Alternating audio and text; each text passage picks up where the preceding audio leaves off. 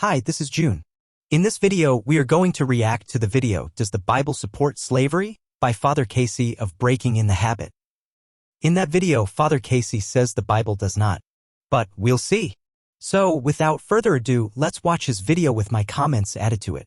For many people, the Bible is nothing more than a collection of outdated laws, and its persistent use in our world does more harm than good. A book that supports slavery is not a book with any usefulness for us today. And that might be a reasonable claim to make if the Bible actually promoted slavery. A look to what the Bible actually says, however, reveals a different story. What does the Bible teach about slavery, and how do we make sense of God's actions with this institution today? This is Catholicism in Focus.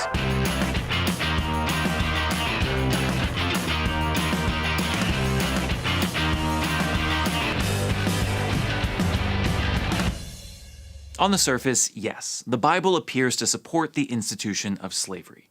There are laws to how to acquire and govern slaves, Jesus does not condemn it, and St. Paul, given the opportunity to speak against it, tells a runaway slave to return to his master. If all we did was read a summary of the Bible, we might be led to believe that God supported slavery. Luckily for us, we are much smarter than that and need not stop with surface-level analyses.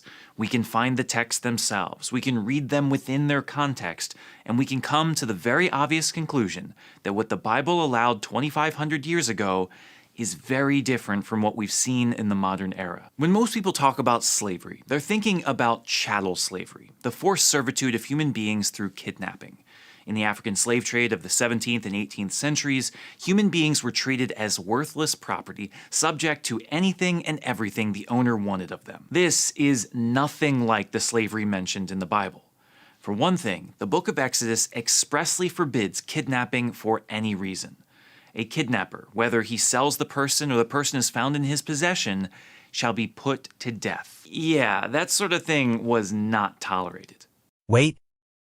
We're already proud of God for this? Ordering killing for kidnappers? By today's standards, killing is in no way allowed by the Catholic Church.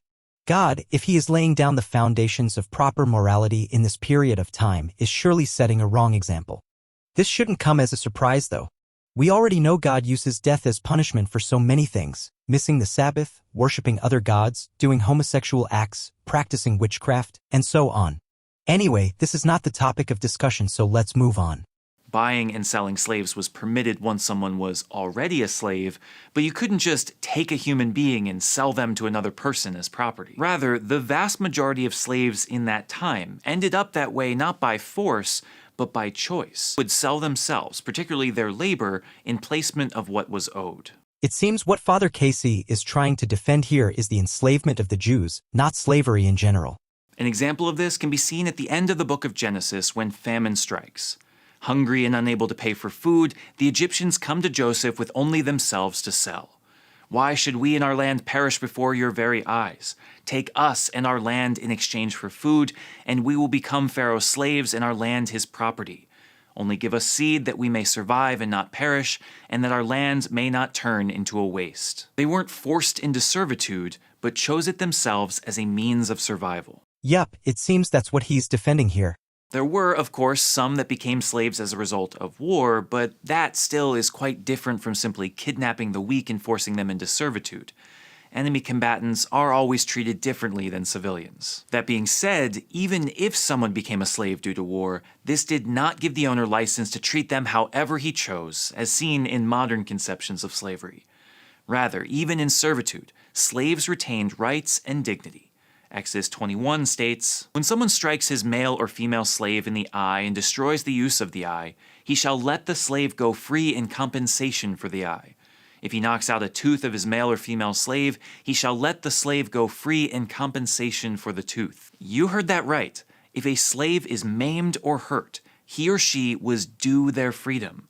This is not how slaves were treated in the African slave trade. Well, 2 verses before that, we can read, "Anyone who beats their male or female slave with a rod must be punished if the slave dies as a direct result, but they are not to be punished if the slave recovers after a day or 2, since the slave is their property." Exodus 21 verses 20 to 21. So, a master is free to beat up his slave as long as he does not die? Furthermore, both Exodus and Deuteronomy explicitly state that slaves are to have rest on the Sabbath as well, making no distinction between Hebrew slaves and foreign slaves. They deserved rest like everyone else because, believe it or not, the Israelites acknowledged, even 2,500 years ago, that slaves are still human beings. Let's read Leviticus 25 verses 39 to 46. This verse distinguishes between Hebrew slaves and slaves from other nations. Hebrew slaves are to be treated well, while foreigner slaves can be treated as property. They can be inherited as possessions. More significant even than that, however, is the fact that slavery was not necessarily a lifetime sentence in biblical law. Not only were there ways to gain one's freedom, upon doing so, the owner had a responsibility to help them. If your kin, a Hebrew man or woman, sells himself or herself to you, he or she is to serve you for 6 years, but in the 7th year you shall release him or her as a free person. When you release a male from your service as a free person, you shall not send him away empty-handed, but shall weigh him down with gifts from your flock and threshing floor and winepress. As the Lord your God has blessed you, so you shall give to him. This particular verse is actually applicable only to Hebrew slaves. The very first words say it. If your kin, a Hebrew man, or a Hebrew woman, is sold to you, he shall serve you 6 years, and in the 7th year you shall let him go free from you. Deuteronomy 15 verse 12. The case of foreign slaves was a bit different, as this option was not available to them, but that did not stop them from simply running away without fear of being tracked down.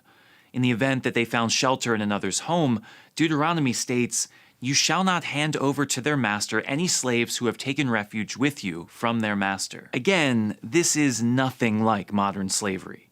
African slaves were not released after 6 years, they could not run away with immunity, and they most certainly weren't given a parting gift.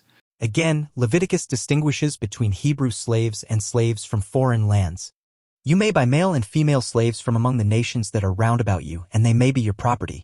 You may bequeath them to your sons after you to inherit as a possession forever. You may make slaves of them, but over your brethren the people of Israel you shall not rule, one over another, with harshness. Leviticus 25 verses 44 to 46.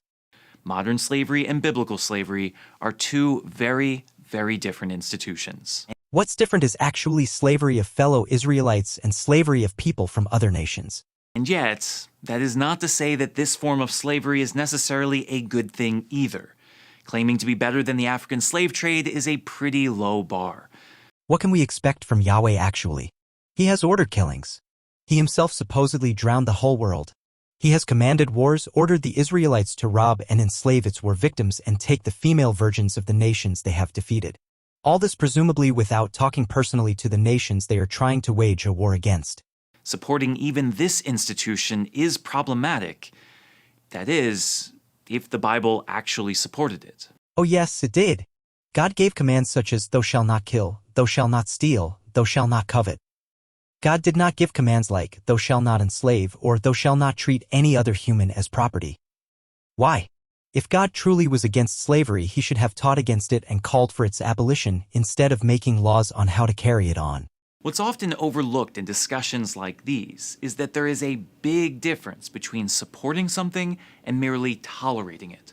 While there are laws in the Old Testament stating how the practice is to be governed, this is a far cry from open support. Rather, like Moses' allowance of divorce or the law stipulating an eye for an eye, a tooth for a tooth, what we see here is an example of moral pragmatism.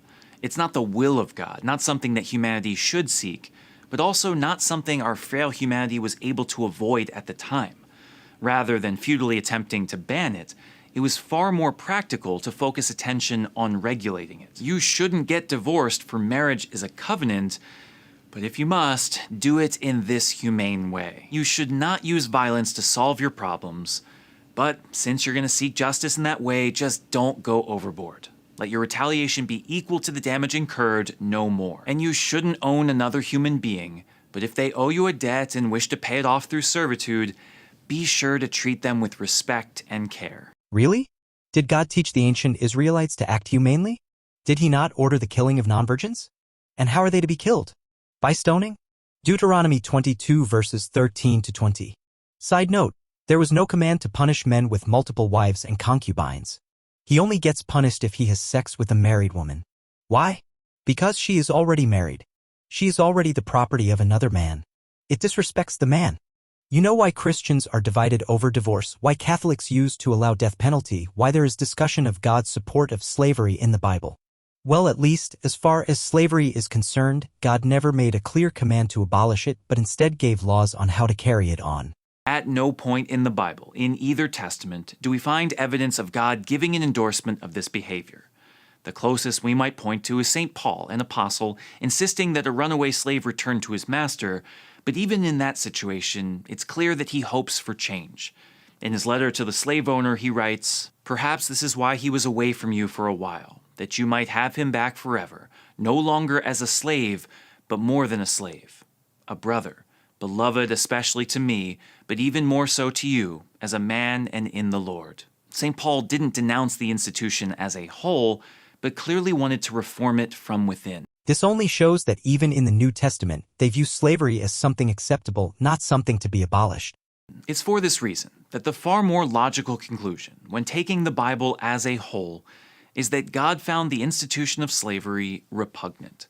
Overwhelmingly, God hears the cries of the poor and sides with the oppressed. The prophets, speaking for God, repeatedly denounce the abuse of the poor. If there is anything that it denounced, it only is the abuse of slaves who were fellow Jews, not all humans. I mean, really, God's greatest act of the Old Testament is the rescuing of his people from slavery to set them free. Even without an outright repudiation, despite the laws regulating it, when we look at the institution in practice, understanding how God acts in other situations, I think it's clear what to think. God would never support such an awful institution. God was very clear. He brought the Israelites out of slavery. He chose Israel and made them his people. He was clear to instruct them that slaves who were fellow Israelites are to be treated well. But for slaves from other nations, he told them they can be inherited and be treated as property. When a man strikes his slave with a rod and the slave dies under his hand, he shall be punished. But if the slave survives a day or two, he is not to be punished, for the slave is his money. This is not a command that should come from a God who prohibits slavery or is against it. Actually, God himself is the author of slavery. He's the master and we are the slaves. We can do his commands or not. But if we don't, we will suffer for all eternity. This is not a relationship based on love. It's a master-slave relationship. Regardless of what we see as the relationship between God and humans it is clear, he never abolished slavery. He never gave a command to stop it. What he gave are instructions on how to treat Hebrew slaves and non-Hebrew slaves. For the non-Hebrew slaves, it is as inhuman as any form of slavery is.